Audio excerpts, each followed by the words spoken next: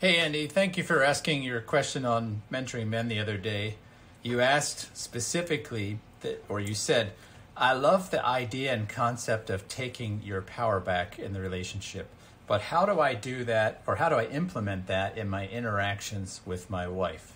That's a great question, and I always am happy when our members talk to us about some of the stuff we say, because it helps us become more clear about the things we're talking about. And this idea of taking your power back, which is it's kind of a it's a truism, or it's one of the unique things that we kind of have in our glossary of men's work in some places. And a lot of times those things become kind of unhelpful because they're not very clear. So I want to talk about in this video, what does it mean to take your power back, and how do you effectively do it? And how does that change the interaction with your wife? Now, the reason I said that, Andy, is because you actually don't take power back in the interactions. You take power back outside of the interactions you have with other people. And because you're taking the power back in your life in those areas, it changes the nature of your interactions. You see, when you and I, or you and your wife, or my wife and I, when we're relating to each other, when we're interacting, there's a lot of complex things going on.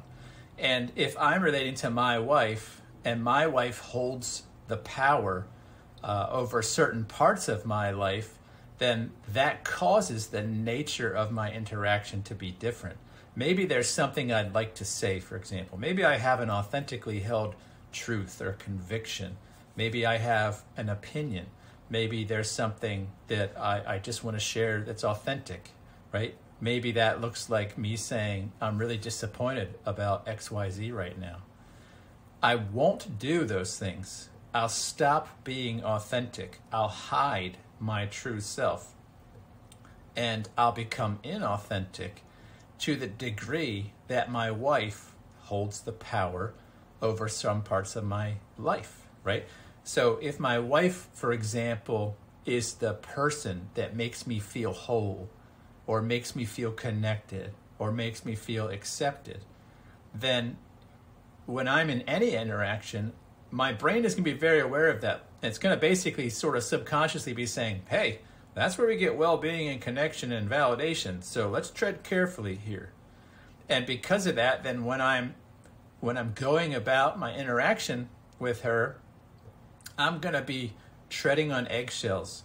I'm going to be unwilling to be authentic, perhaps, because part of me will recognize, if I say that, then there's a chance that those things will stop coming my way.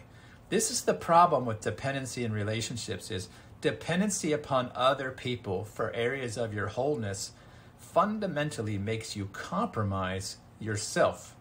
And in compromising yourself, you stop being authentic, you stop being true, you stop being a person of integrity, and you actually become untrustable, which is even worse because it's a lack of trust that actually destroys connection and intimacy. And so this is the real kick to the nuts in this whole thing, is a man wants connection, he wants intimacy, but because he believes his wife or partner holds all these aspects of his well-being, he compromises himself. He becomes inauthentic.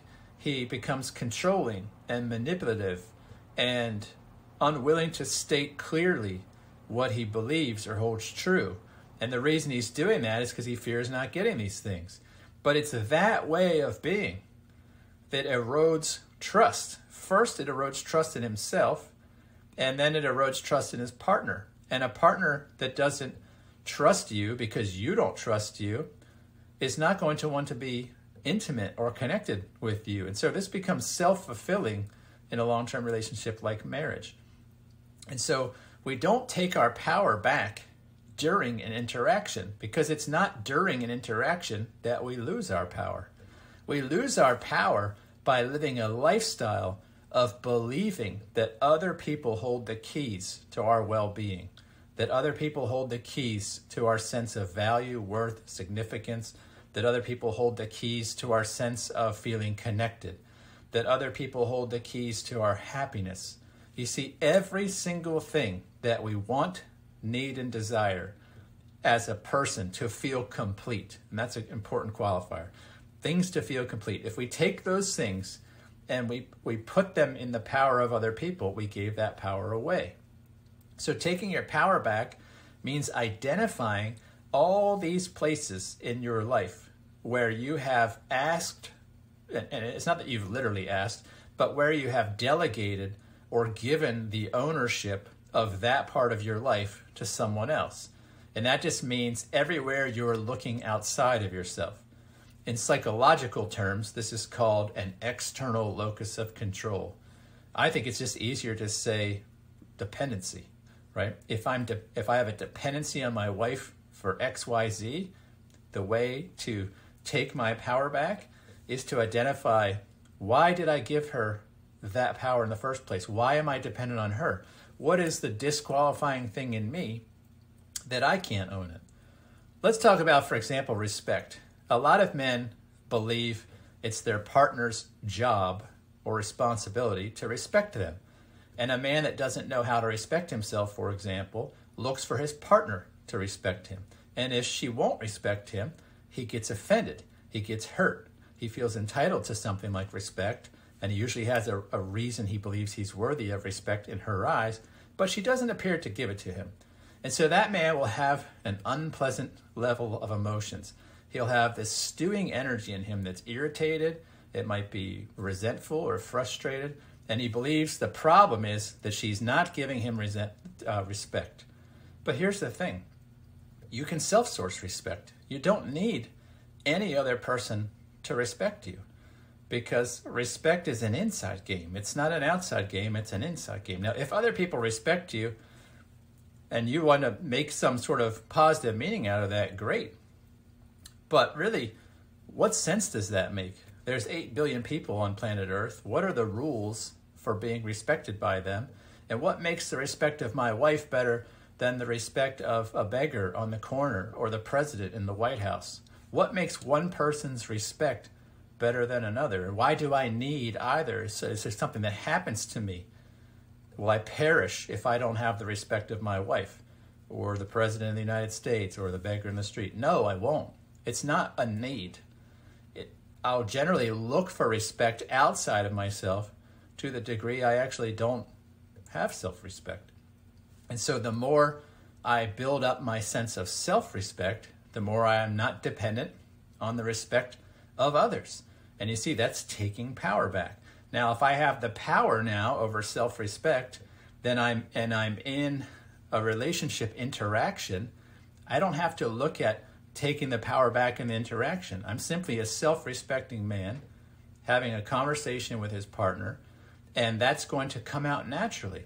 If something happens in that conversation that seems to bristle with my self-respect, because I'm not worried about my partner losing respect for me, because I have it, now I'm free. I'm free to interact as myself, and I can stay within the confines of what does it mean and look like to be a self-respecting man, and just be myself. And so this is the process. It's doing this work outside of interactions. And that work is to identify all the places that you're not owning yourself and moving the ownership of those things into yourself. You might say, how? Now, this is, of course, the meat and potatoes of what we do in mentoring men, specifically in our journey to masculine greatness, is we teach men how their emotions are telling them where they lack ownership and self-reliance in their life. And this is a very reliable pattern in men. If you have a hard emotion, anger, resentment, fear, irritation, animosity, all of those emotions are telling you where you want something or need something or desire something, but you don't have the power over it. And so your emotion is generally directed at the person that you believe does have the power over it. And you're irritated that they're not wielding that power in a way that serves you. And so when you learn to use your emotions in this way to debug your lack of self-reliance or to show you where you have dependency, then you can work on the belief system that caused you to give that person that power, because it's your birthright to maintain these things about yourself. You were born actually as a self-respecting person, for example. You're born with a person who believes they have value and worth. You have to learn over time through, the learning process, through difficulty, through circumstances, through upbringing. We learn to give these things to other people in the forms of dependency. And that leads us to stay immature and emotionally more or less in bondage to how other people act towards us. And so the work then is to take all that back, bring it all inside, and it changes everything. It changes how a man feels about himself from the inside out. That's why we call what we do transformative mentoring. And when a man feels differently and knows himself to be differently, all of his interactions change, every one of them. And so then when he's having a conversation, and he's having that conversation as a secure, grounded, confident, and calm man, there's no part of him that is saying, I got to keep this person happy or they'll stop giving me the goods. And instead, he's at peace because he already knows himself to be whole. And so that's what it looks like to take your power back. I realize there's a lot to what I said. There's way more than I can unpack in one video. And as you know, this is what our community, a big part of what our community is about. And so, Andy, I would encourage you to ask follow-up questions on this video if it's posted here on Mentoring Men. If this is on YouTube or whatnot, and you want to post a comment, if you're not Andy and another listener, we would invite you to do that. We'd love a thumbs up, subscribe. We'd love to meet you if we don't know you. If you're a man specifically intrigued by the stuff I just said, we'd invite you to not just to consider coming to our community, which is a robust community of mature men on a journey to live grounded, secure, and calm, masculine lives. It's an epic community of men all over the world. Wonderful place to be. And if that's not enough for you, we have an entire mentoring course dedicated to the things I'm talking about. I'd love to tell you about it if you want to know information, but I'd also love to get to know you and your story. And so you'll see below this video a link you can click on. You can set up a call with myself or one of the other co-founders or mentors, and we can hear what's going on in your life, learn your story, and get to know you a little bit. Again, I'm Sven Masterson, co-founder of Mentoring Men. Nice to be with you. Thanks for listening. Take care.